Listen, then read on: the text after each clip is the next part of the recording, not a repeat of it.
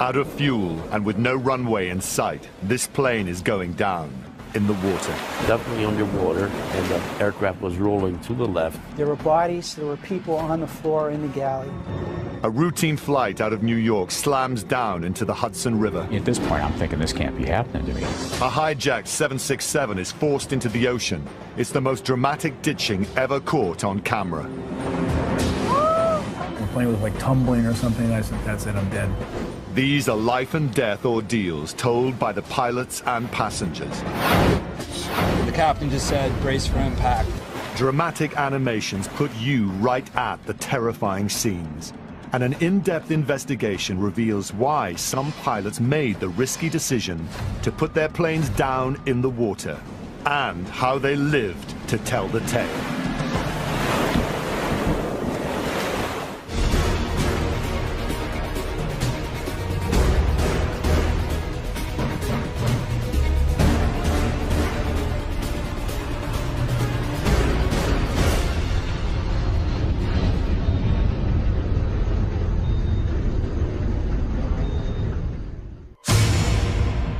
When U.S. Airways Flight 1549 went down in the Hudson River, surveillance cameras were only able to capture these remote images of the landing.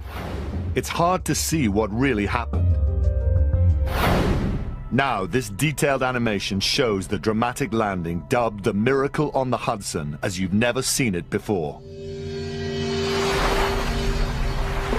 In the aviation industry, it's known as ditching. Putting a plane down in the water due to an emergency. It's what happens when the nearest open space is not a runway, not even a stretch of open field or a highway, but a body of water.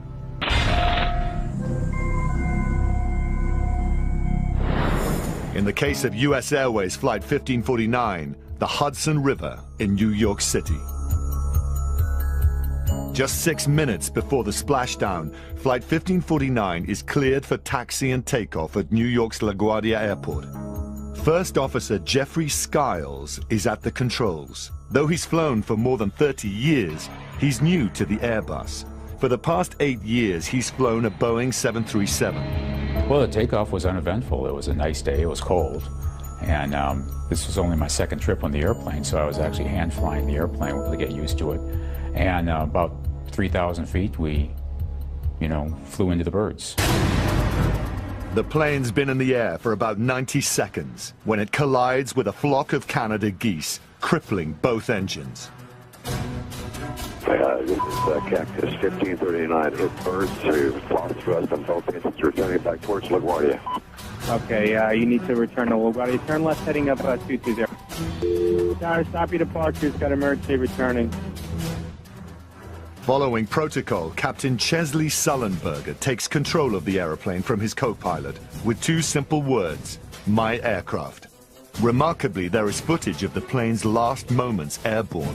Sully took over control of the airplane and called for the dual engine failure checklist that we do, and I started to perform that. Trying to get the engines restarted? Yes. Was there any luck at all? No. The engines have to be in a certain start envelope, we call it, to start, and that usually is predicated on you going a lot faster. The Airbus dual engine failure checklist assumes the engines have failed at cruising altitude. 30,000 feet would typically give pilots ample time to figure things out. Hitting a flock of Canada geese at just 3,000 feet is another story. What at this point is going through your mind? Well, at this point, I'm thinking this can't be happening to me. Even though Flight 1549's engines were no longer producing thrust, the plane didn't simply fall from the sky out of control. A plane with engine failure can still be controlled as it comes down. To keep the plane flying, the pilot pitches it nose down to maintain lift over the wings, essentially trading altitude for airspeed. The plane then gains momentum, much like a roller coaster going downhill. In the process, the pilot has to make a mental judgment as to how far the plane will travel. At 3,000 feet, you're probably only going to travel a few miles. At 40,000 feet, you're going to be able to travel 100 miles, roughly. Michelle Summers Halloran spent 15 years as a commercial pilot. She's now an associate professor at Embry-Riddle Aeronautical University in Florida. So now you've got to figure out, based on how long you know this plane will stay in the sky, as to what you can reach. That is absolutely correct. So you're doing some very basic math. You're doing a lot of mental math in public, yes. Captain Sullenberger has nearly 20,000 hours of flight time under his belt, so it doesn't take long for him to realize that at their altitude and rate of descent, it's too risky to try to glide all the way to an airport in such a densely populated area. It's now 3:28 p.m. Flight 1549 has less than 2 minutes until impact. Air traffic controllers, at times using the wrong flight number, try and guide the plane to an airport. Act is 1529. We can get it to you. Do you want to try to land 191.3? We're unable. We may end up in Hudson. Act is 1549. It's going to be less traffic to runway 31. Unable. Just north of the George Washington Bridge, the captain aligns his Airbus A320 with the Hudson River. He passes the bridge just to the east and continues towards the southwest. I looked out the window, saw we were actually below the rooftops of Manhattan. I said, this is not a good sign. We're not making Newark. Did Sully look at you and say we're going in the water, or did you both come to the realization that's where this was going? I think it was just the only option we had. There was no, we weren't going to make it to an airport, and that was the only open spot that we saw. If a pilot is forced to ditch, the U.S. Federal Aviation Administration has recommendations for doing so. It all comes down to wind and waves, or swells. In a perfect world, how would you land on the waves? Depending on the wind and water, I would always want to land parallel to the swells. So if your waves are coming this way, you want to land on the top. You never ever want to be able into, and this is what's called a cross swell, where you're perpendicular into the water this way. What might happen? If you land into the face of the swell, you could actually flip over like this. That's not a good thing. Another potential hazard that could have spelled disaster for Flight 1549 would have been to come down with one wing higher than the other. The airplane could have cartwheeled, and that would have been very violent and significantly lessened the opportunity to get everybody out as well as they did. Cactus 1529, turn right 280. You can land runway 1 at Teterboro. We can't do it. Okay, which runway would you like at Teterboro? We're going to be in Hudson. The captain just said, brace for impact. Help. And everyone started saying prayers, just kind of looking at each other, not knowing what to say, what to do. At 3:30 p.m., with wing flaps and slats extended to help slow the plane down, Flight 1549 is about to splash down in the Hudson River. As you watch this unfold, everything's just about right. It's slow, the nose is up, wings are level, and they've got the good fortune of it being fairly calm. We didn't know if we were hitting water, if we were hitting land, which was what we were better off. And then, you know, the impact hitting the water was just, you know, the most tremendous impact you could imagine. All 155 people on board survive. From bird strike to touchdown, the entire incident lasts just 3.5 minutes. Not enough time to get through the dual engine failure checklist, much less a ditching checklist. And not enough time to enable the ditch switch, a valve that effectively seals the plane and allows it to float for longer. You're not sinking, you're alive. Was there an exhilaration, or was there still an adrenaline going on? I'm sure there was an adrenaline rush, I guess. We went to the hospital, and 4 hours later, my blood pressure was, I think, 160 over 100, which is, you know, I'm normally a 120 over 70 guy. So obviously there was something going on physiologically that I didn't understand at the time. I am terrific. This is the best day ever. A lot of things went our way. What kind of things went your way? Apparently there are swells a lot on the Hudson. It was completely flat that day. And we happened to land right where the ferries go from New Jersey to Manhattan. So they were right there. They were able to come and rescue us. Other than hitting the birds, everything went our way that day. Next, what really happens when birds fly into a jet engine? The startling damage even a small bird can do to a 70-ton jet. And Flight 1549 is not the first commercial jet to be put down in the water. There have been others, some just as successful, others, tragically, not.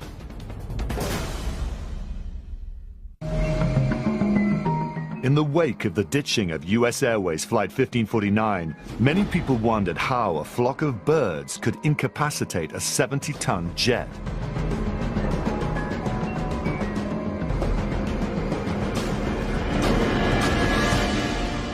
As large and powerful as jet engines are, they can also be surprisingly delicate.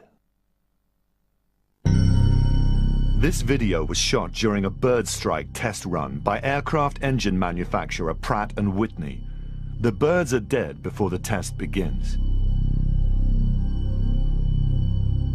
The carcasses are shredded as they collide with a turbofan engine, but the engine doesn't fare much better, with permanent damage to its hollow titanium fan blades.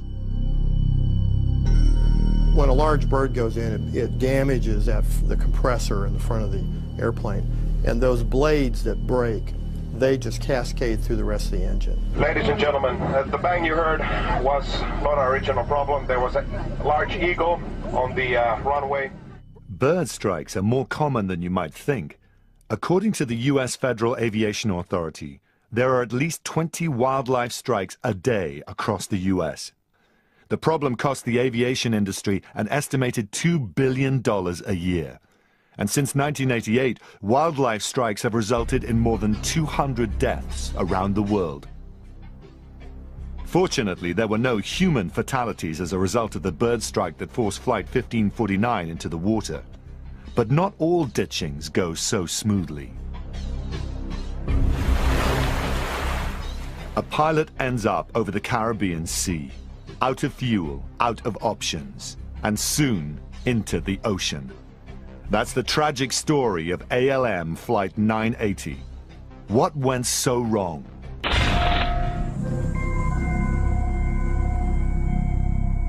2nd of May, 1970. In a partnership between two now defunct charter airlines, Dutch carrier ALM and American carrier Overseas National Airlines, ALM Flight 980 is set to leave New York's JFK Airport at 11 a.m.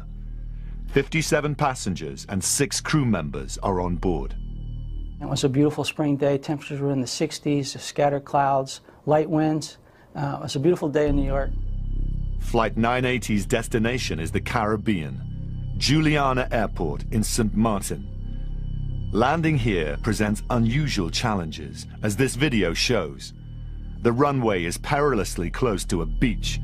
People can practically reach out and touch jets as they're coming down just a few feet over their heads.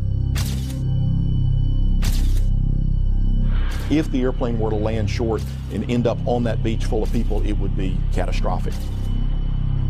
To be that close to that large an airplane moving that quickly, I guess the word awesome comes to mind.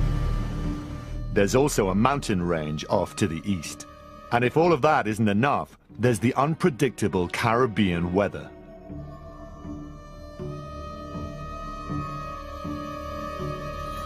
All those factors combined are about to turn a routine flight into a nightmare.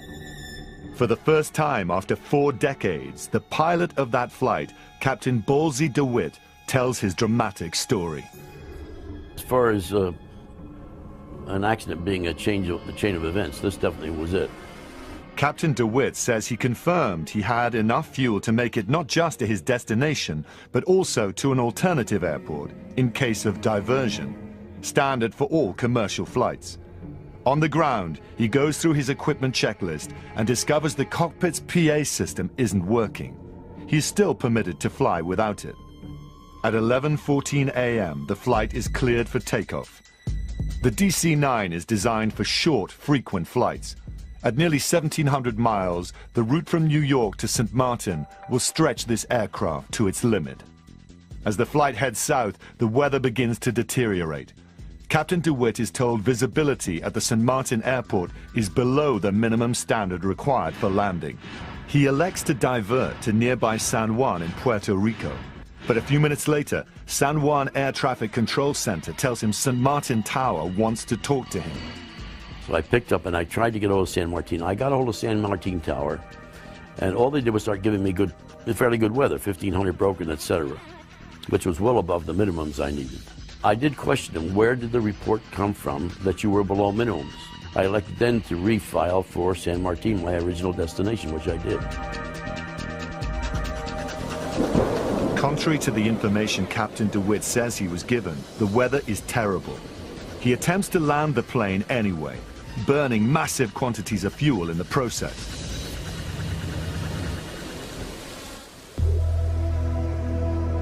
Visibility was poor, it was raining, and because of those conditions, he had to stay in closer to the airport and to the runway than he would normally have liked to have done. So, first attempt was unsuccessful. So I lined it up with the runway, and I took my second circuit around. Now on the second attempt, the winds were starting to shift, and he was unable to line it up for a landing. So he decided to go around again. On the third attempt, the same conditions existed. However, by now, the winds had shifted 180 degrees. Now he had a tailwind. Because he had a tailwind, he was too high on the approach.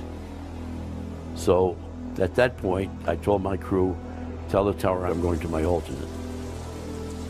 Calculations showed that they would make it just barely. They were legal by their calculations, but there wasn't much extra. In hindsight, it's easy to sit and say, well, they should have stopped in Bermuda or they should have stopped on the way down in San Juan. The moment that they missed the runway, it went from fuel critical to a full fuel emergency. The bad weather, low visibility, and lack of fuel mean Captain Ballsy DeWitt has no choice but to ditch his plane in the Caribbean Sea. No footage exists of this incident, but this animation shows what the plane might have looked like as it slammed into those turbulent waters. Here's how the pilot describes what it felt like to be in the cockpit at that life and death moment. My first contact with the water was quite smooth. And it wasn't too long after that the rest of the airplane was starting to make contact with the water, starting to get a heavy drag, that an extreme amount of vibration in the cockpit. The instrument panel was vibrating so that I couldn't even read it. But how did this flight end up in such a dire situation? After failing to land at St. Martin's Juliana Airport in bad weather, Captain DeWitt decides to divert, first to the nearby island of St. Thomas, then to St. Croix, when he realizes it's even closer. But as the plane is climbing away from the airport in a torrential downpour, there's a problem. My navigator said to me, Ballsy, my God, look at the fuel gauges. Because of the wind, the turbulence, and the conditions, the airplane was rocking back and forth as it was climbing. The fuel totalizer was spinning. I told him not to worry about it because I considered it was probably being low on fuel to begin with, the turbulence that's sloshing up and down the tanks might cause this. But at 7,000 feet, warning lights indicating low fuel pressure illuminate, and Captain DeWitt knows just how grave this situation has become. He talks to the controller, how far are we from St. Thomas? I got 5 minutes of fuel, I'm not going to make St. Thomas. I briefed the crew that we will keep going to St. Croix, but we were going to set up for a possible ditching. It's dark, it's overcast, it's raining, and the sea is very angry. A lot of whitecaps, the swells were quite enormous, and I had heavy winds. Captain DeWitt's years of experience are about to come into play. As he descends, he watches the 10 to 15-foot waves and chooses one, knowing full well he has to land on top of it rather than head into it, or the plane could break into pieces.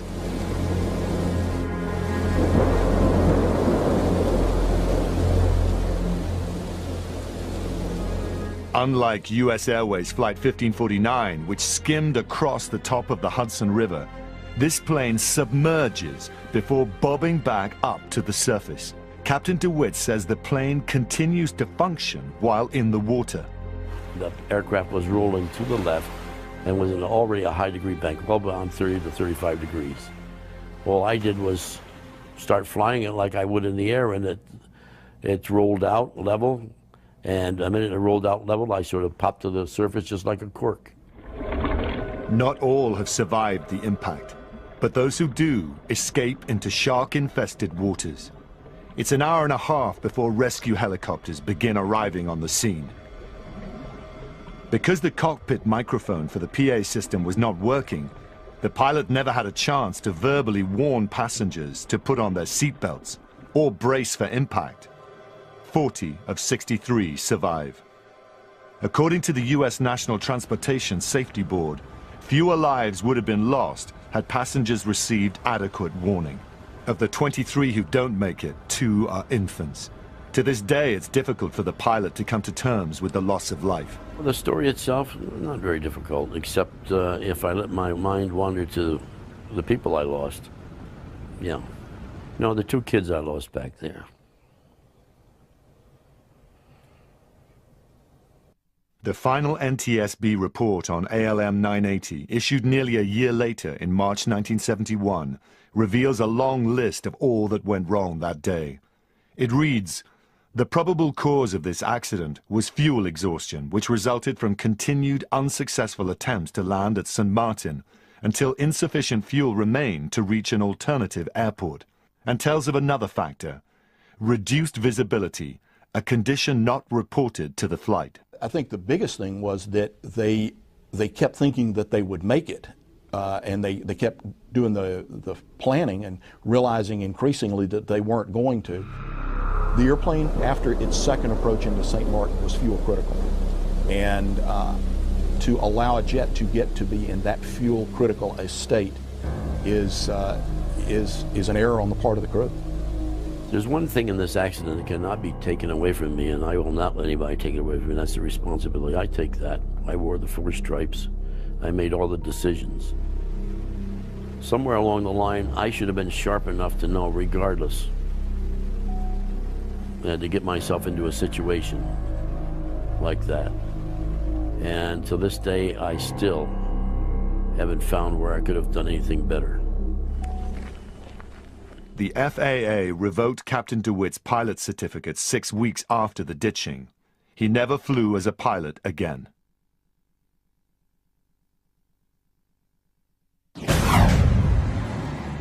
Next, terrorism in the skies and another dramatic ditching. This one caught on camera. When a commercial jet has to make an emergency landing, the hope is to find a nearby runway. But that's not always possible. Sometimes, in a dire situation, ditching a plane in a body of water is the only choice. These are the nail-biting stories of planes that had to do just that. Amazingly, what's often described as a terrifying life-or-death experience for passengers doesn't even seem to faze the men in the cockpit. But there was no fear factor. I had no problems with the crew. Everybody was with me. You know, we had things to do, and I think that makes a big difference. I've always felt that certainly the flight attendants and passengers in back would have had a lot more fear than us because they had nothing to do. Water ditchings like those made by Flight 1549 and ALM 980 are rare, but there have been several more dramatic cases.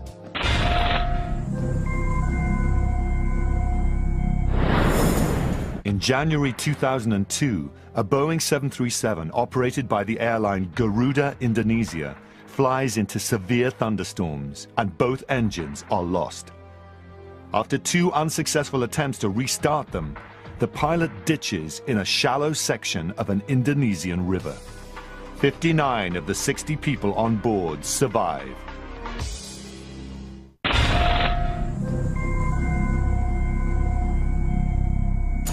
In August 2005, an ATR-72 turboprop fitted with the wrong fuel gauge runs out of fuel and ditches in the Mediterranean Sea off the coast of Sicily.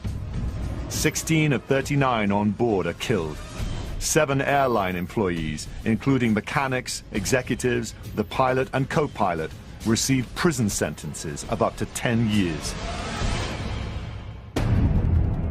More than half a century ago, there was another ditching, and amazingly, the entire incident was caught on camera. The old Coast Guard film is startling, but it doesn't tell the whole story. This graphic animation shows what it might have looked like if you'd been in the middle of the Pacific Ocean on October the 16th, 1956, watching Pan Am Flight N90943 go down in open water.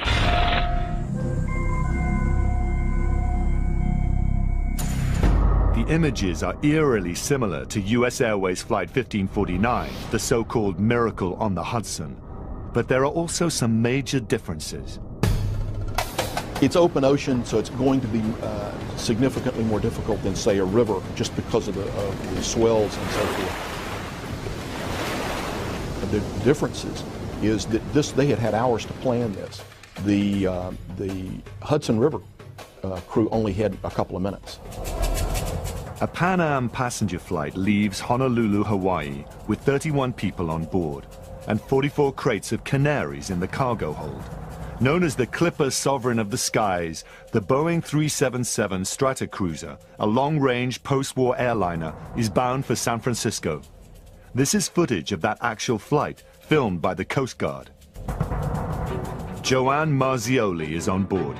It was a month before my 3rd birthday. I was with my mother.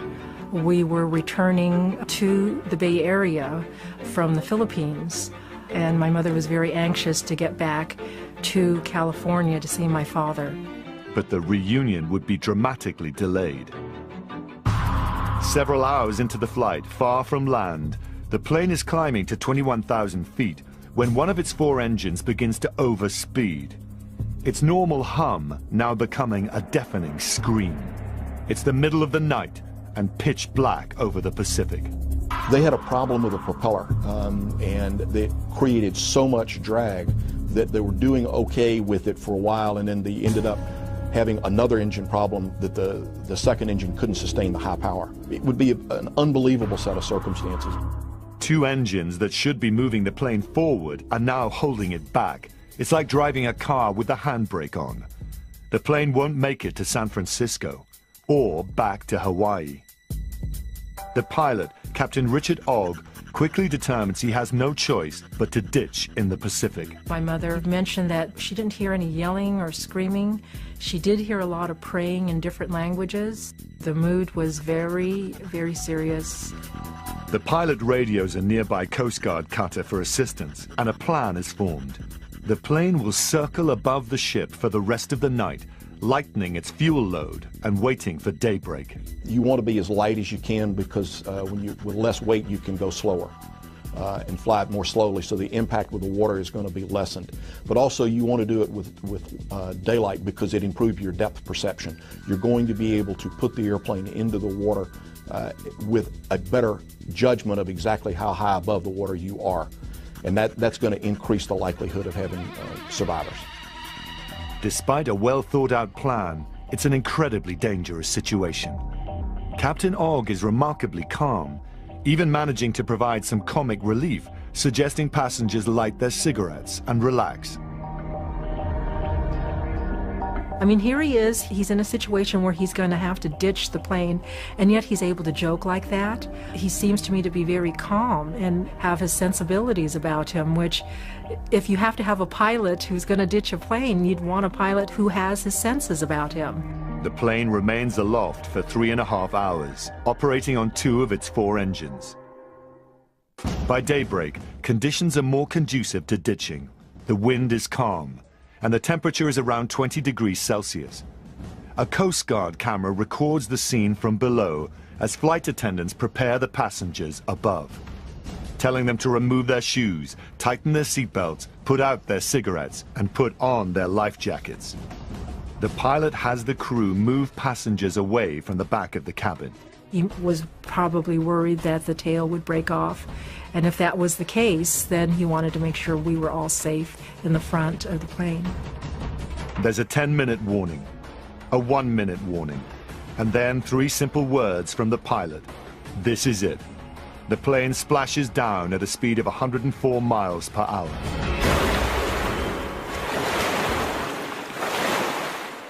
The impact is brutal. The plane whips around, its tail snapping off just as the captain had feared.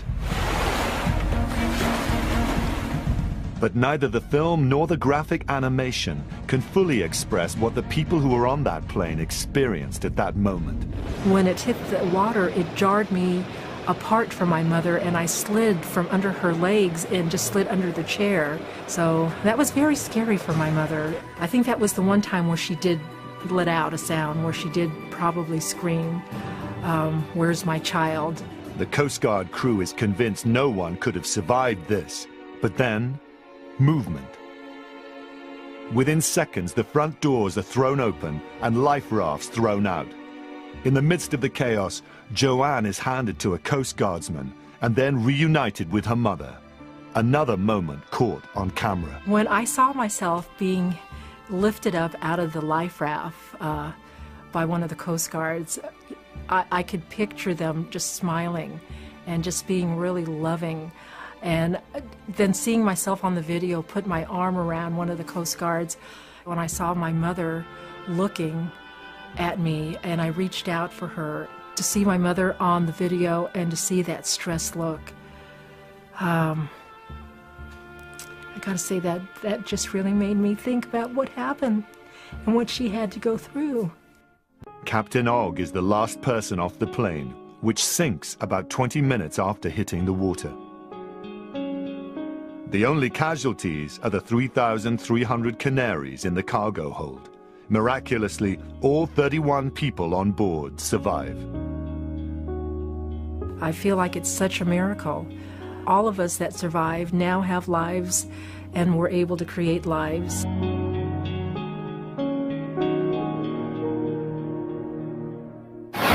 It's a rarity for commercial jets to end up in the water.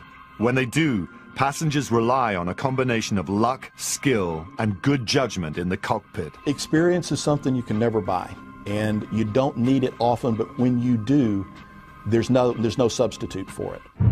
What you're looking at is the most dramatic, most violent ditching ever caught on camera. It's a Boeing 767 slamming down in the Indian Ocean off the east coast of Africa.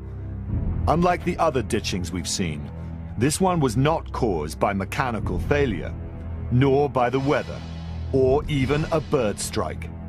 As perilous as those situations were, at least those pilots were able to do their jobs without having to wrestle with terrorists in the cockpit. That captain was under a different kind of stress than we've seen in these others. Absolutely. He not only had the issues of having to put the airplane in the water, he had people on board that were trying to kill the airplane and everybody on board with it, including himself.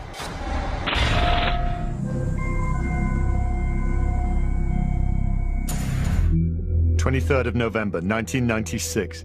Ethiopian Airlines Flight 961 from Addis Ababa to Nairobi, Kenya, should be a routine 2-hour flight. It turns out to be anything but. The pilot, Captain Leul Abate, sat with documentary filmmaker Salim Amin, whose father Mo was killed in the crash. In the cockpit of a Boeing 767 simulator, Captain Abate relives the hellish flight. So they came into the cockpit. How many of them? There were 3 of them.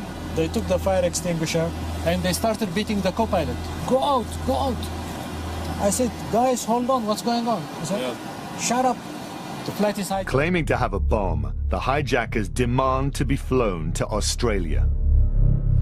Okay, guys, I told them, this flight is destined to Nairobi. We don't carry enough fuel to Australia. Let's land in Nairobi, we refuel, and then we can go to Australia. Otherwise, I told them it's impossible. The hijackers refuse to allow Captain Abate to refuel at cities along his route. They want him to fly out over the water towards Australia.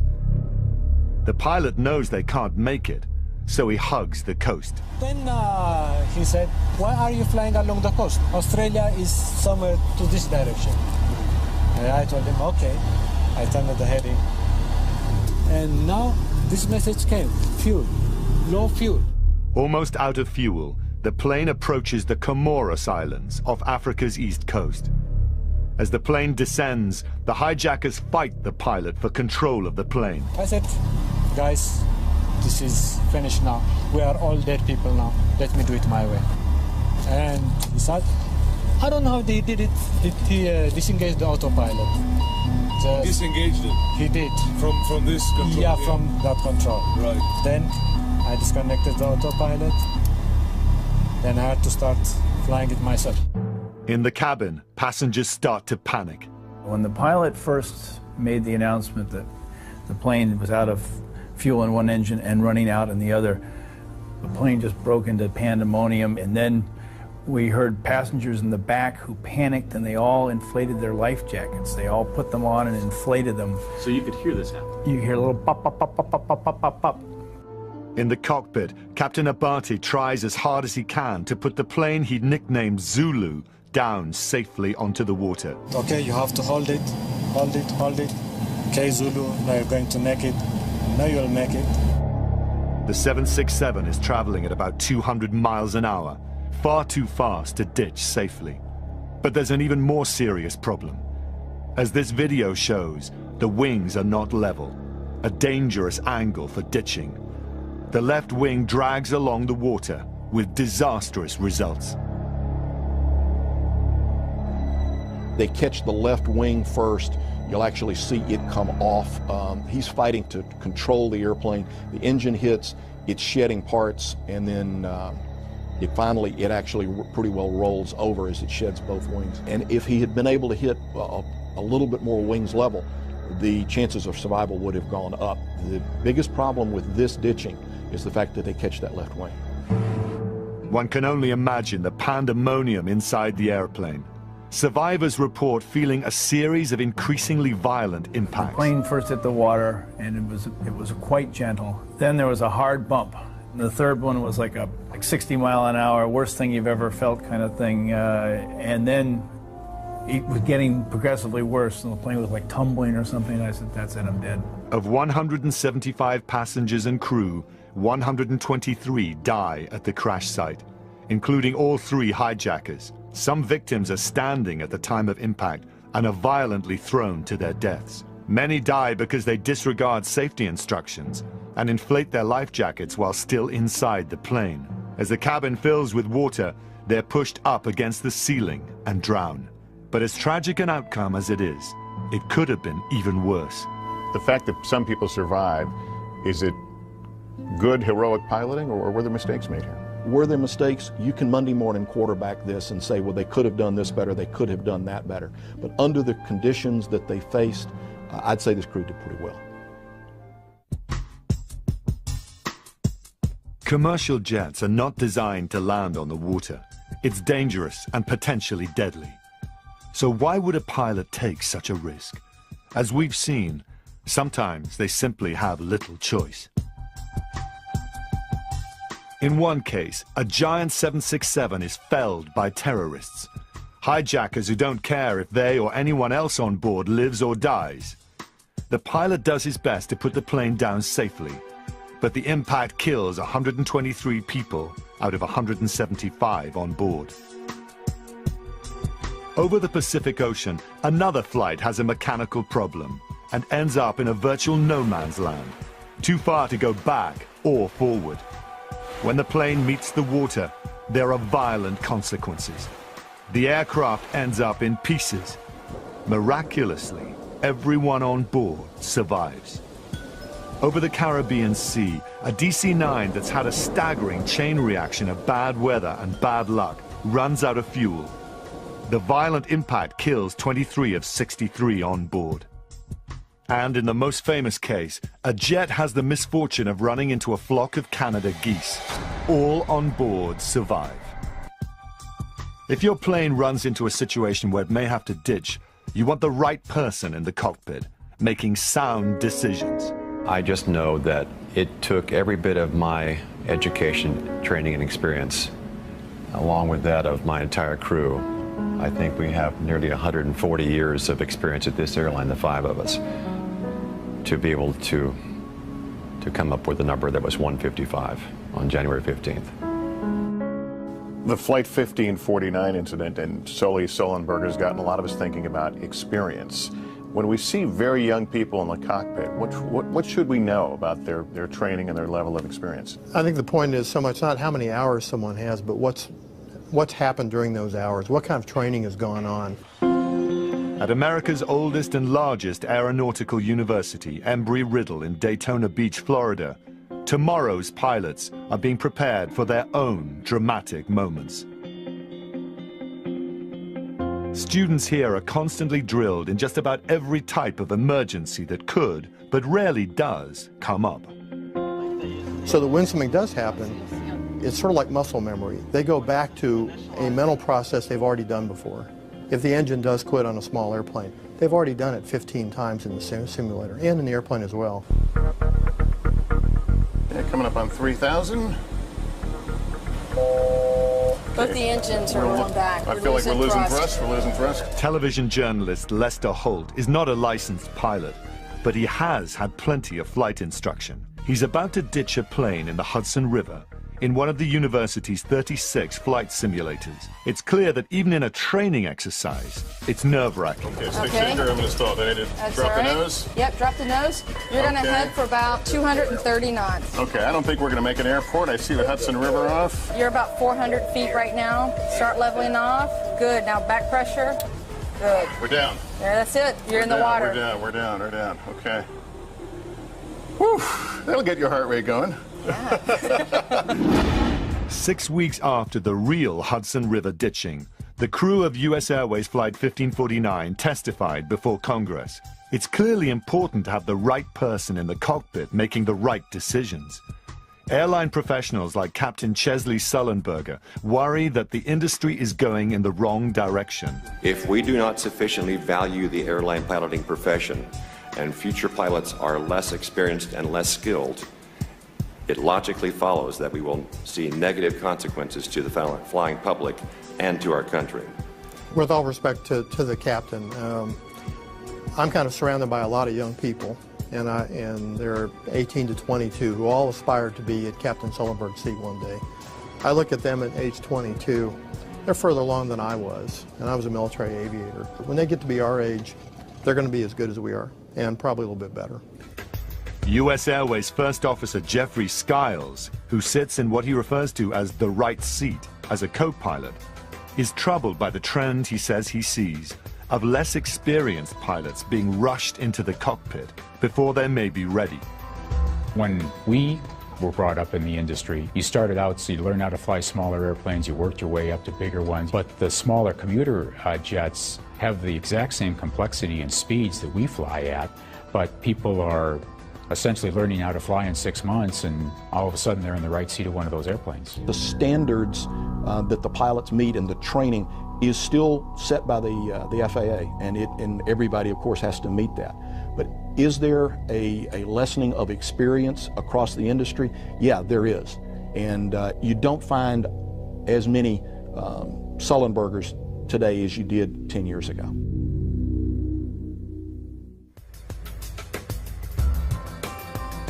Why Planes Crash continues next Monday at 9. Details coming up. Now turn over to Wild for the brand new series of Hunters of the Lost World.